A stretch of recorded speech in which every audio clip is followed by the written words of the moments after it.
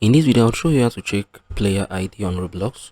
So this video basically is for educational purpose only. So ensure you subscribe and turn on the bell notification to this channel for lots of educational guides and contents like this.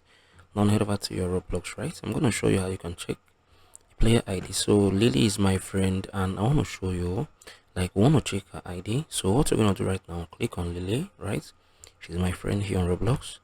And once Lily has opened, you can see she got, I think, zero. Okay, she got 25 friends.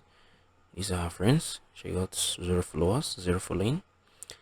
So for you to check ID, what we're gonna do right now, look at the top of this, right? Look at this number. This is her ID 7527738905. So this is her ID.